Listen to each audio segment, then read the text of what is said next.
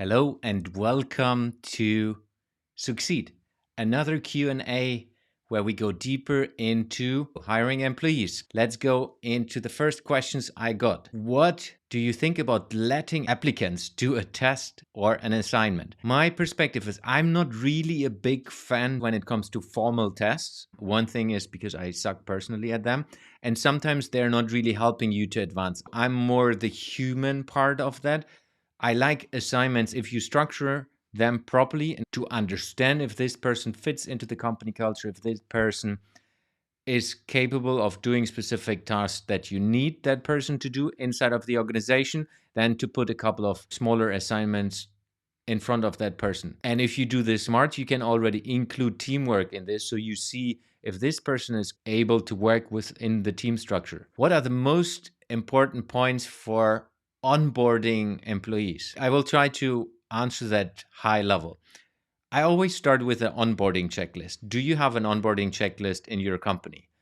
Is this onboarding checklist up to date? Number one is introduce this person to other humans in your organization, because that will directly build connections with the team members and focus on relationship. It's not too much about what is the work, how you need to perform. It's more about, hey, who are you? What are your hobbies? What is your family situation?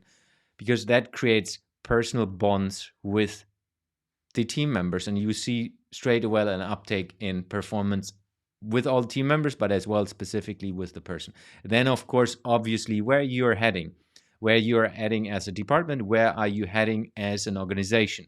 What is the strategies? What are the roadmaps? What are the goals? Then, of course, the basics, which is ways of working. I always like to have a buddy system where someone takes care of the person and onboards them properly, working together maybe for 2-3 months to create a relationship where they can properly talk deeper. They don't want to ask the stupid questions like, when do we get salary paid? All these questions you would most probably in the beginning not ask your manager, but if you have a buddy set up, then they're willing to do that. And of course, a key part of that onboarding checklist should be, what are the expectations to that person? What are the expectations from the manager, from the management, depending on the structure, depending on what this person is doing? Be very clear with that. How to make sure to hire superstars only.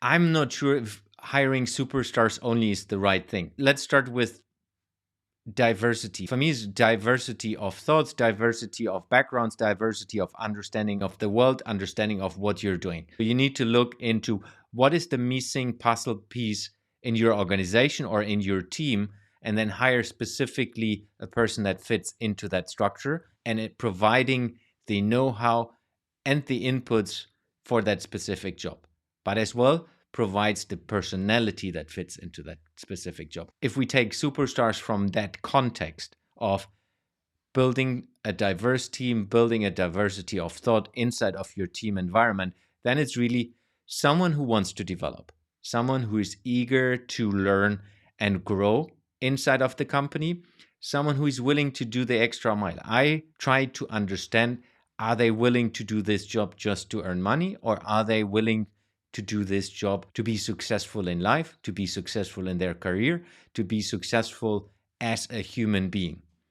And if they're willing to be successful, you feel that inside of the job interviews, if you ask the right questions and if you put a focus on that. What to include in the probation period? From a leadership perspective, I think you should have a start talk, you should have a mid talk, and you should have an end talk inside of that probation period. And I know that's different time frames in different organizations. Doesn't matter which time frame. Inside of this start talk, for me, two main things.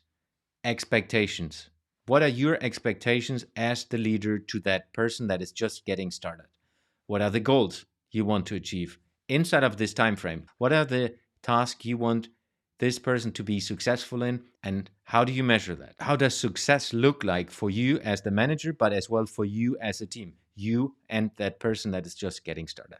Then, of course, obviously in the mid talk, which should be halfway through, you have a calibration meeting. Where are you? What is going well? What's not going well? Let's navigate towards where we want to go, and maybe add a couple of tasks, add a couple of clear goals specific to help that person in the onboarding process, but as well help you as the leader to collaborate deeper with that person. And then the end talk for me is all about how did it go? What was good? What was not good? What are the things that are still open? And how do we move on from here? And what I like very much to do is I'm documenting the 3 talks, but I do this together. So, in the best way, it's always if the employee is writing it while you're talking things through. And that helps dramatically in an onboarding process, specifically when you look into what are the different steps inside of the onboarding process. What is the difference between hiring a manager or an employee? Let's start with the employee. For me, key part of hiring an employee is company fit. Does this person fit to the company culture? Is this person having the same values like the company is expecting to have? Team fit. Does this person fit into the team where the person needs to work in? Job skills. What are the skills, particularly for that job, that are missing for the team, that are missing for the organization, that will help the organization to grow, help the organization to move on? And then a big thing which a lot of organizations don't do, but I highly recommend, is future potential of that person.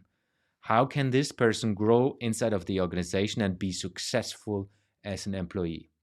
That's not necessarily always a manager career up the ladder.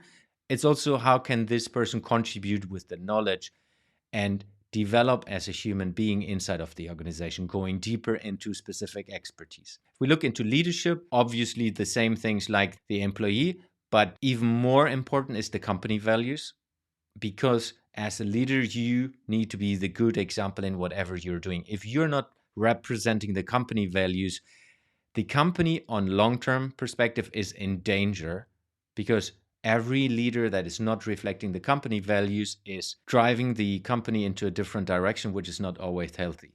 And then obviously leadership capabilities.